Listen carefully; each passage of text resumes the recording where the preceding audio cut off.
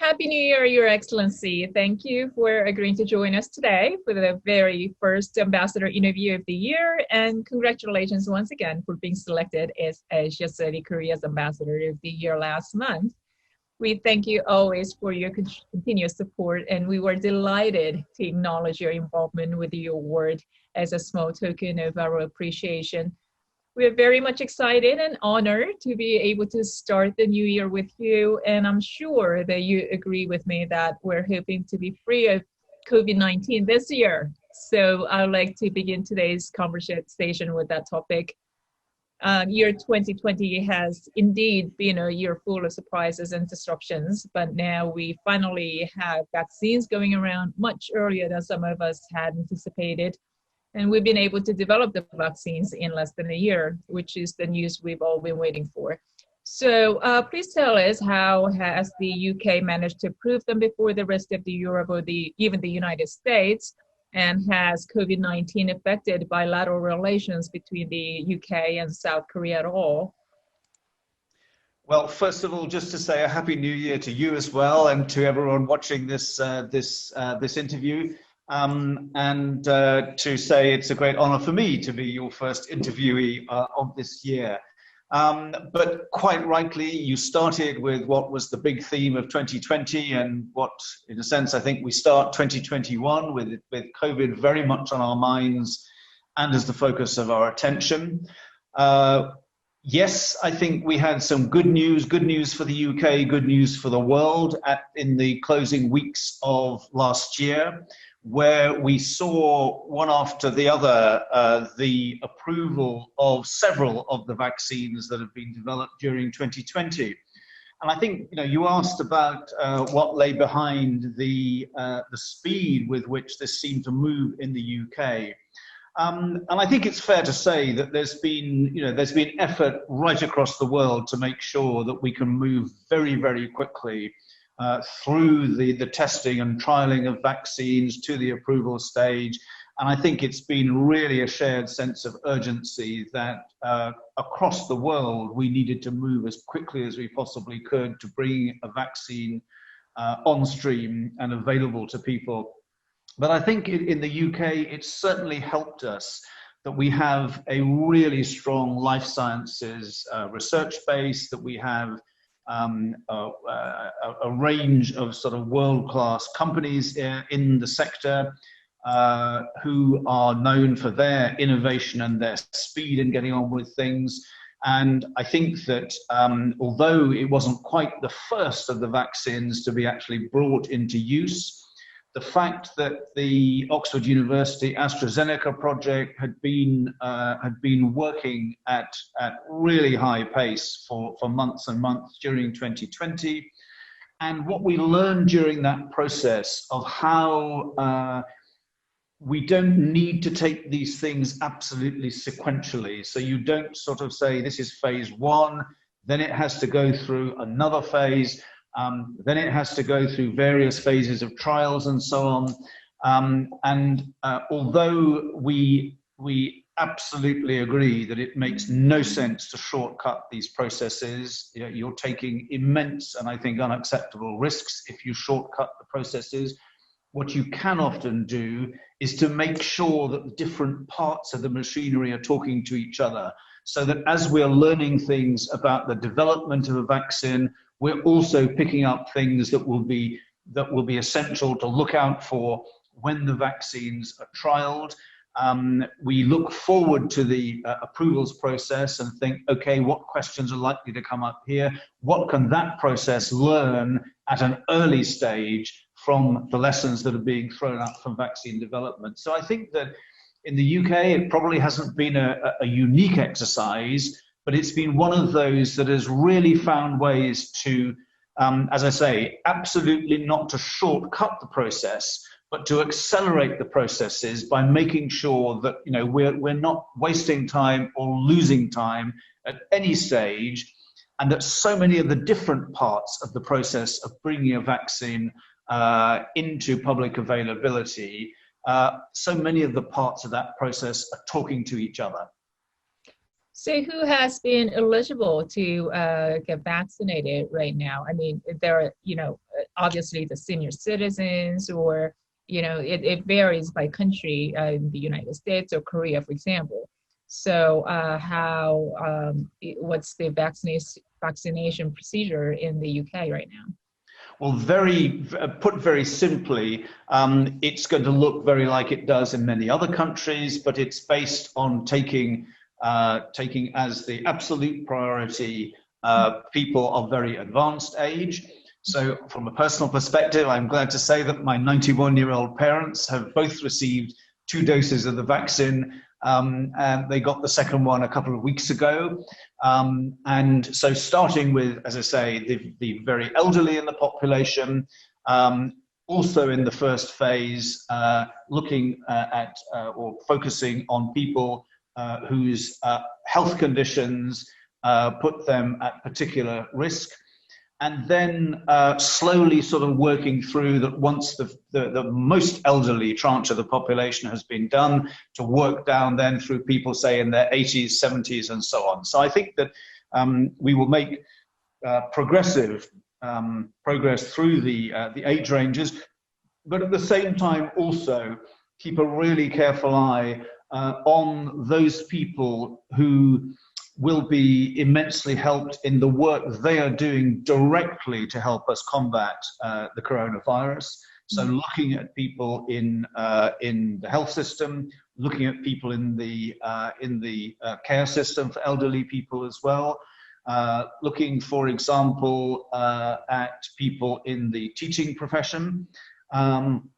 So much of this, I think, will take shape in the UK as we go along. I've not seen a sort of from start to finish schema or total comprehensive plan of how the vaccine will be administered from start to finish, but that's broadly speaking the sort of order of priorities that we'll work through. I mean, obviously, it sounds like your parents are very healthy. That's great. But have they shared any stories about like the side effects? What did it feel much like regular flu shots, or how are they doing after the vaccination? Well, I'm very lucky in that my dad worked for many, many years as a general medical practitioner. He was a family doctor. And so he has seen thousands and thousands of influenza vaccinations and so on. And he said it felt pretty much par for the course, that, a bit of stiffness and maybe a day or so of certainly knowing that you had a vaccination of some sort. But as I think he would be inclined to put it very much in the same sort of bracket as the experience of having a flu jab. That's really great to hear. I mean, we're so happy to be able to start the new year with such a cheerful note. And it's also noteworthy that this vaccine approval has come about during the Brexit transition period.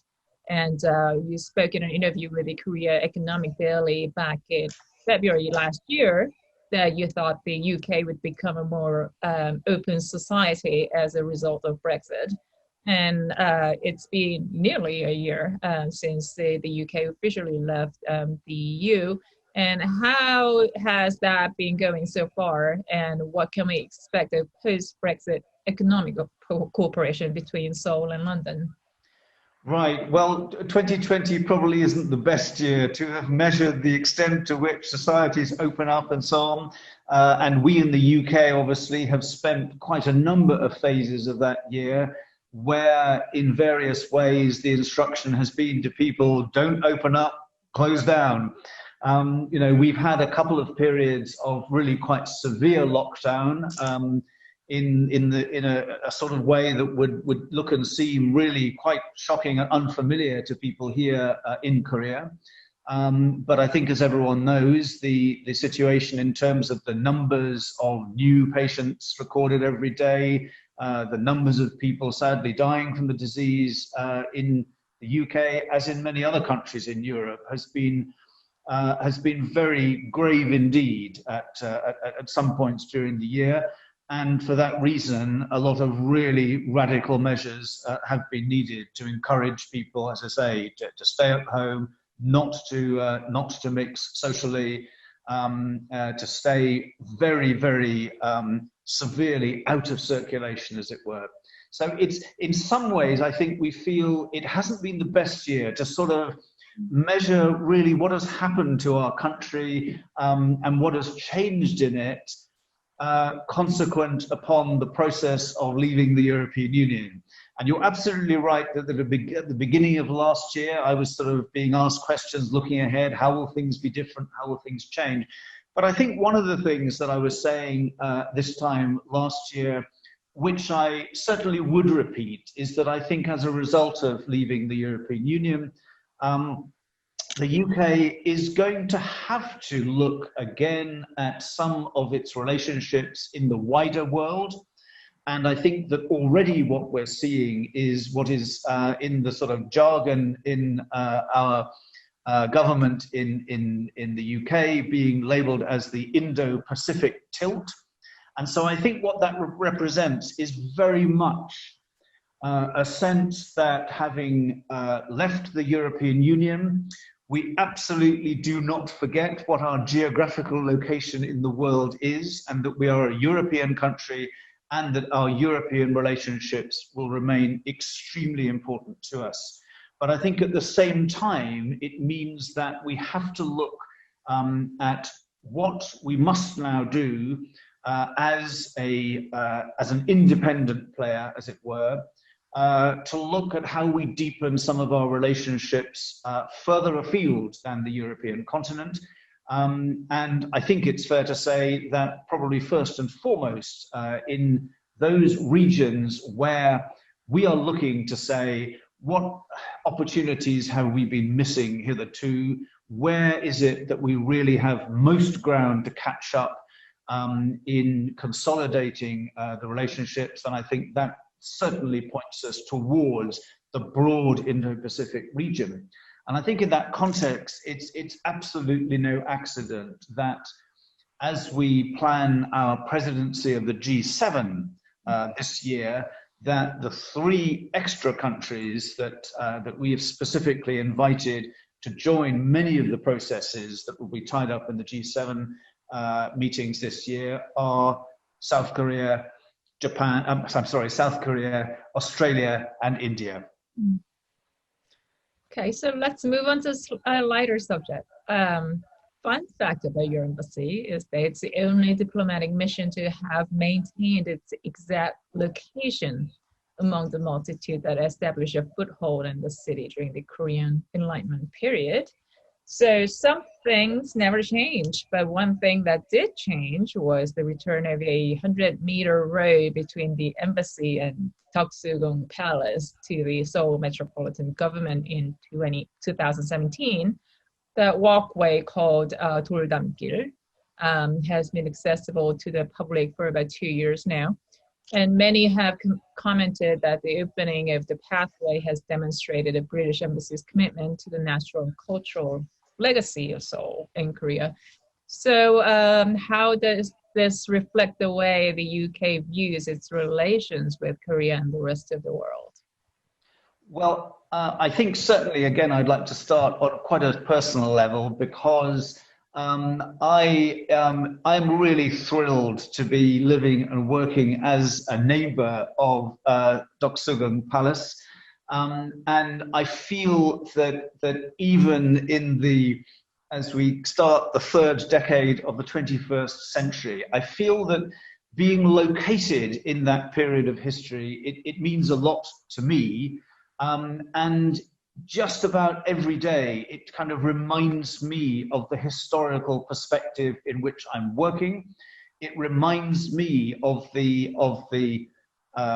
130 years over which my predecessors have worked in their engagements on the Korean Peninsula. And I think it's always useful to be reminded of this historical perspective. We often in our work get very tied up in what it is that's immediately looking in front of us. We get very tied up in the things that have got to be done today. And of course, we very correctly get very excited about the technological challenges of the modern era in which we work. But I also think it's really important that we work with this sense of perspective, this sense of where we've come from in history, the sense, and again, I feel this very strongly, ever since I started working with Korea and with Korean people and institutions 18 or so years ago, I've always felt that it makes sense to have a really deep consciousness, particularly of that extraordinary path that Korea traveled during, from that period, from the late 19th century, which is where we see the sort of many of the elements of Doksugun come from. It's the period when we saw the building of the residence that I still live in and work in.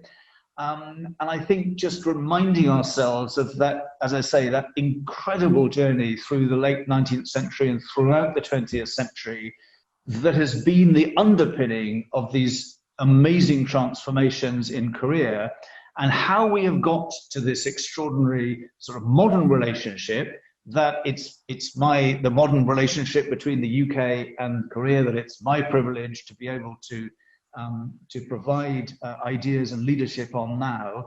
None of that feels quite complete without this kind of sense of history. So as I say, I'm so thrilled that about the completion of that pathway around Doksugun. I'm a very, very regular visitor to Doksugun because it helps me locate our place in the neighborhood. It helps me recall that extraordinary period of history in the sort of 1890s. It helps remind me that we here in the British Embassy have one of those extraordinary end of 19th century buildings that you can see sort of dotted around the immediate region here, and it helps us place us in our context. Have you ever heard of the myth about the 돌담길? If a couple walk that 돌담길 together, then they will end up breaking up. So only singles walk the 돌담길, or non-couples walk the 돌담길 together. Have you ever heard of that myth? I have heard of that, indeed. Absolutely. Yeah. So speaking of a slightly different side of culture, we're curious to know how well the people in the UK are aware of the Korean pop culture. And today, with groups like BTS and Blackpink became global stars, and there are non-Korean brands entering the industry, such as the London-based Kachi, which is the first European K-pop girl group that debuted in the April of 2020. The K-pop fans all across the world are divided over what it means to be a K-pop act and how to define a cultural space. So could you tell us a little more about how popular K-pop is in your country back home, and share your thoughts about this cultural aspect? Well, I think that the UK, like many countries around the world, has been really switched on to K-pop. I wouldn't say it's even a recent phenomenon. I remember actually coming back from my first ever visit to Korea in 2003. And the ambassador at the time then actually gave me a little CD of K-pop that he had received. So this is going back 18 years or so. And I passed it on to my young daughters at the time. And they said, "Oh yeah, we've heard about this." So, but clearly in very recent years, it's really taken off. I think that, and you can see dotted around London, for example, you can see and hear of local sort of K-pop dance classes and communities and clubs that have sprung up and so on. So I think it has provided a lot of real excitement, and I think it really has come across to people as something that is unique and new.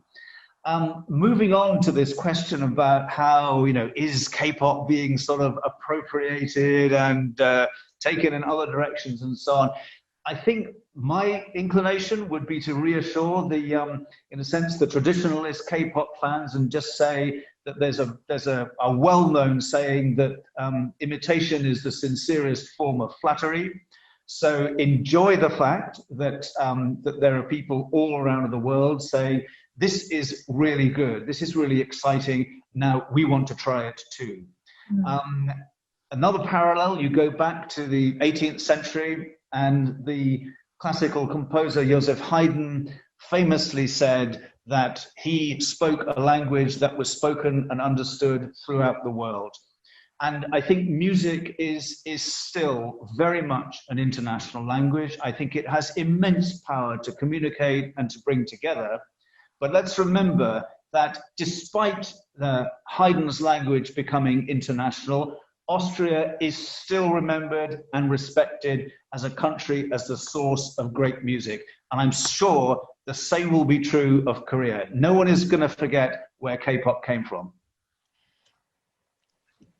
Thank you for that. And we cannot talk about culture without talking about food. So let's talk about food, which is everyone's favorite topic. You stated in an interview in your first year as ambassador to Korea that one of the things you missed most dearly about home was the wide variety of cheese available. So have you been able to find any good cheese here in Seoul after all these years, or has there been any particular Korean food that was able to replace your desire for cheese, maybe like kimchi? I have, I'll tell you a couple of examples. Fortunately, I've been able to find some good cheese. I still regret and I still miss the variety of cheese, but I have to say I found a nice variety of cheddar. I found a nice variety of Gruyere, and that has been reassuring. But I can't deny I still miss the greater variety of cheese that's available in the UK and back in Europe. The other thing I would say is that at the risk of confessing to doing something a little bit unorthodox, one of the other things I missed from the UK is something that a lot of people in the UK really don't like at all. It's this brown spread you put on your toast and things called Marmite.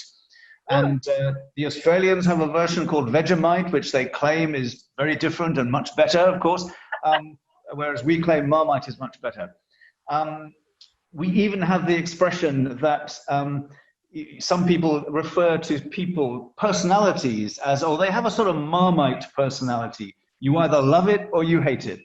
And so in a similar way, Britain is divided about Marmite.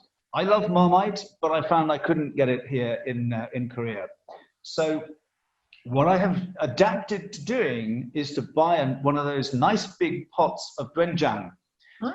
And it brings me, if I spread it a little bit on my toast, it brings me the same sort of kick that I get from Marmite. Really good, strong, salty flavor.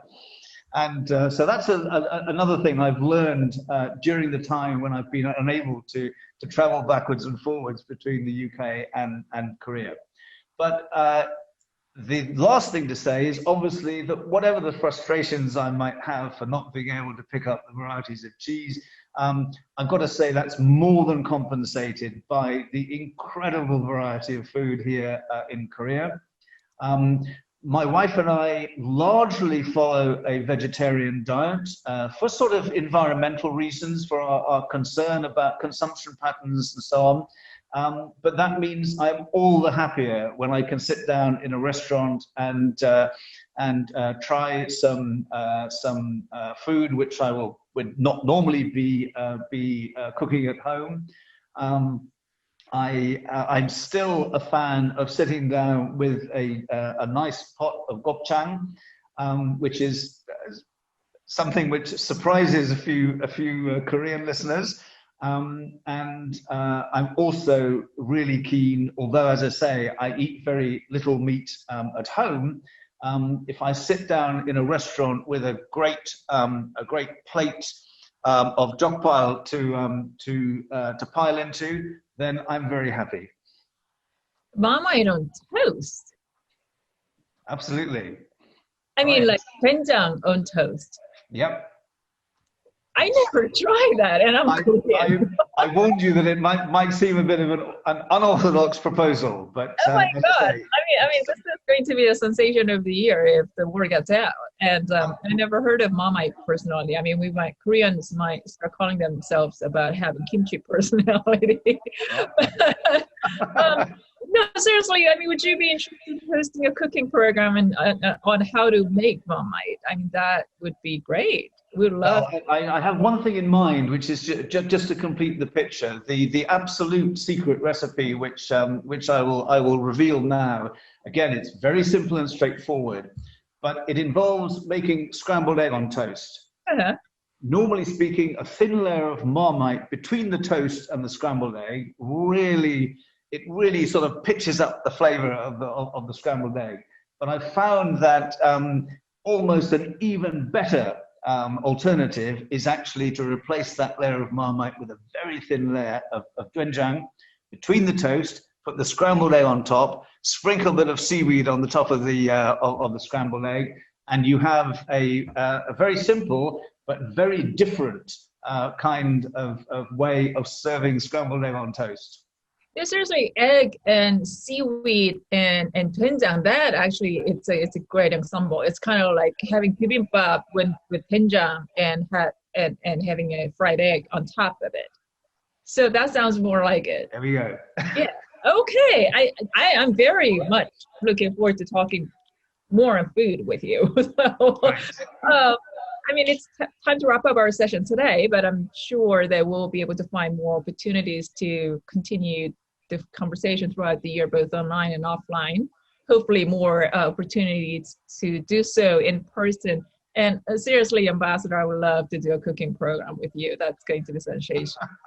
So, Your Excellency, on behalf of all of us at Asia City, Korea, I once again thank you for your time. And we sincerely wish that the Year of the Ox brings you lots of joy.